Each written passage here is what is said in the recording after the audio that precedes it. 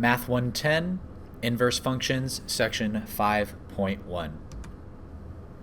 Let's say we have the relation 1, 3, 4, negative 2, 9, negative 1, and 1.7, negative 2.8.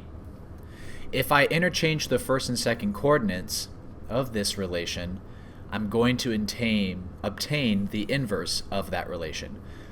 So the inverse of A would be 3, 1. All I did is swap my x and y coordinates.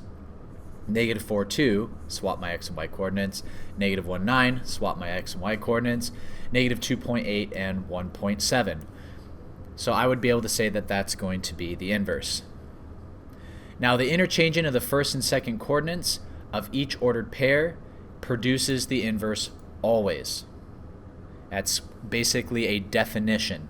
Switching of the x and y's is going to give us the inverse. So if I had this relation here in my first example of f equals the points 2, 4, negative 1, 3, and negative 2, 0, graphing the relation in blue and the inverse in red, well, first I need to find what my inverse is. So I switched my x and y coordinates, okay, and that's how I got these here. And so now plotting them, here are my original, here's f, and so here's my inverse. Okay, and I just plot both of those coordinates. Now notice the pattern here. There's a reflection about this axis here. So if I fold the paper over that line, they would perfectly overlap. And every single inverse, you're going to get that type of reflection about the equation y equals x. Now what if I wanted to put this to an equation? So if I wanted to find an equation for the inverse of the relation y equals x squared minus 5x, by definition, switch the x and y's. So if I swap the x and y's, I get this equation here. Now I'm not trying to map the inverse, I'm not trying to do anything special with it, I just wanted an equation. And so by definition, here's my equation, that's going to be my answer. All I did was swap the x and y's. Now a function f is going to be 1 to 1 if different inputs have different outputs. That is, if a doesn't equal b, then f of a won't equal f of b. Another way of saying that is going to be if my f of a equals f of b, then my a equals b.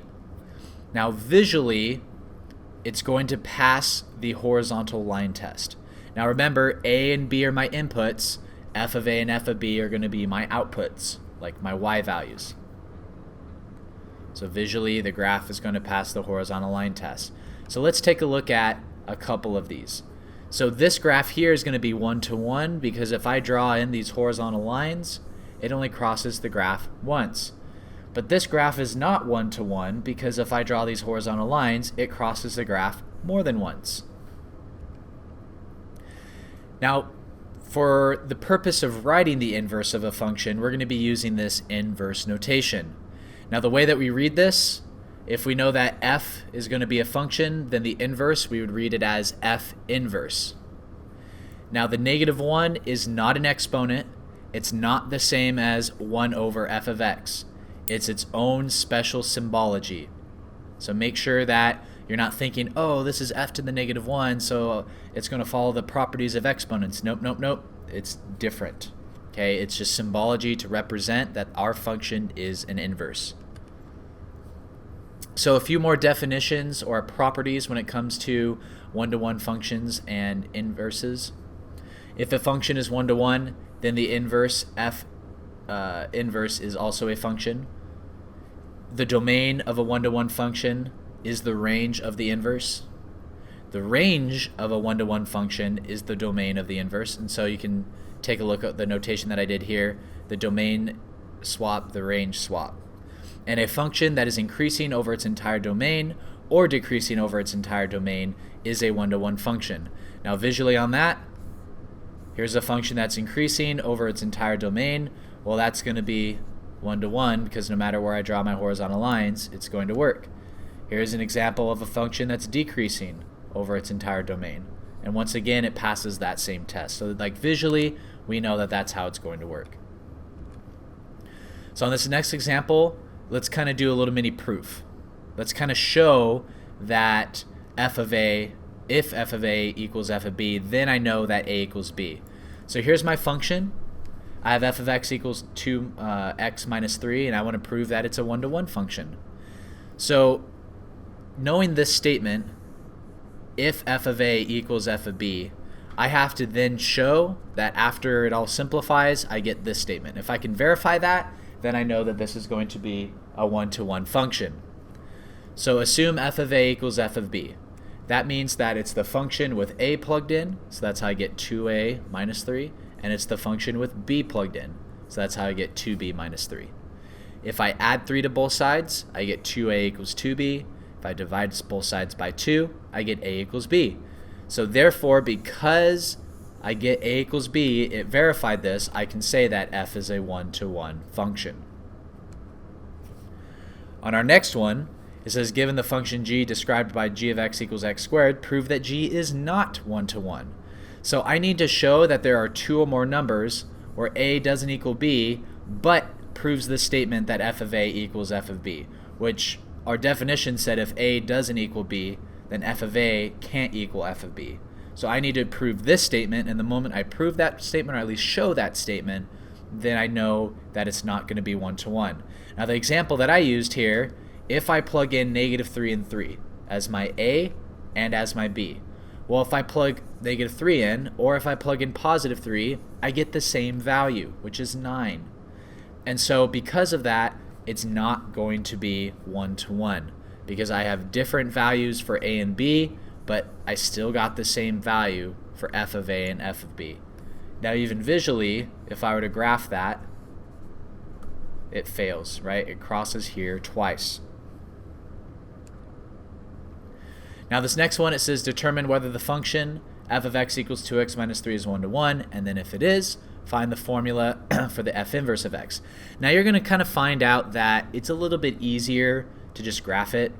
So if I graph it, I can show visually that it's going to be a one-to-one function, right? It only crosses the graph once, and so therefore I can say that it's going to be one-to-one. Now the next part, it says I need to find the formula for the f inverse of x, which means my eventual statement is going to say f inverse of x equals something. So that's what I need to find. I need to find what that something is. Now to do that, what I need to do is I'm going to say, okay, well, I want to write this as x's and y's. So I'm going to replace my f of x with y. Then by definition, we said that the inverse is the swapping of the x and y's. So I need to swap them. Now from here, to make it, or at least model it in my f inverse of x notation, I want to now get y by itself. So I'm going to add 3 to both sides. I'm going to divide both sides by 2. And now with this notation here, instead of y, I can write it as f inverse of x equals x plus 3 over 2. And so this is going to be the formula for my f inverse. For this next example, it says determine whether the function is one-to-one. If it is one-to-one, find the formula for its inverse, and then graph the function and its inverse. So once again, just graph it. Okay, if I graph this function here, x cubed plus 2, okay, it passes that horizontal line test, so everything's good there. So now I want to see, well, now that I know it is one-to-one, now I want to find that formula of the inverse.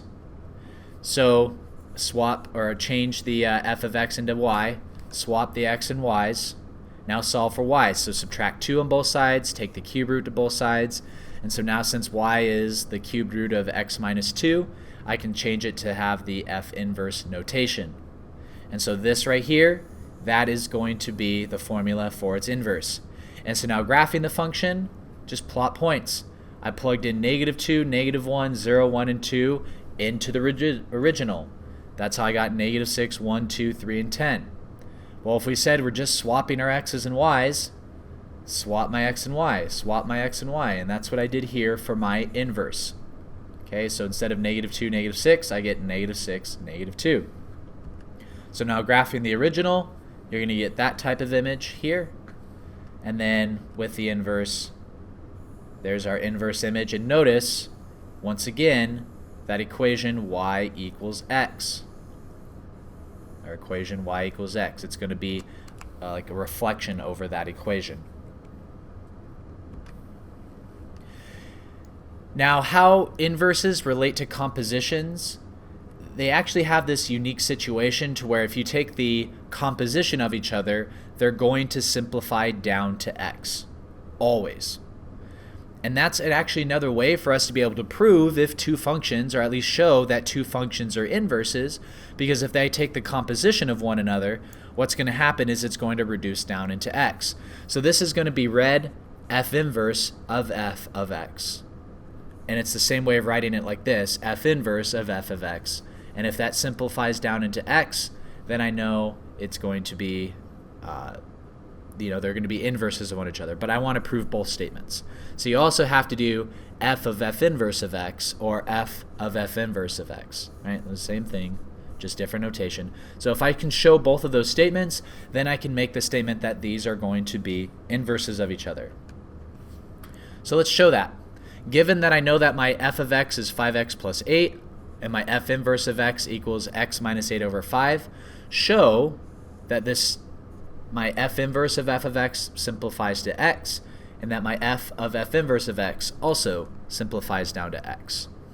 So doing that here, this is saying that I need to take my f function and plug it into my inverse function as an input. So take my f function and plug it into my inverse function as an input. So I'm going to get 5x plus 8 minus 8 over 5. And the question is, does that equal x?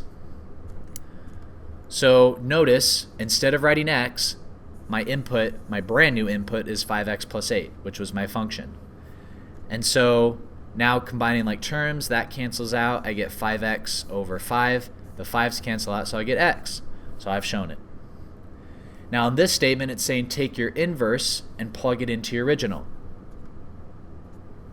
So I need to take my inverse and I need to plug it into my f function. So I'm going to get 5 times x minus 8 over 5 plus 8. So now the 5's are going to cancel out, and so I get x minus 8 plus 8. Negative 8 and positive 8 are going to cancel out, and so I get x. And so because I've shown x, because I show that it equals x on both of these statements here, I can then say that these are inverses of each other. If you have any other questions, please leave them in the comments.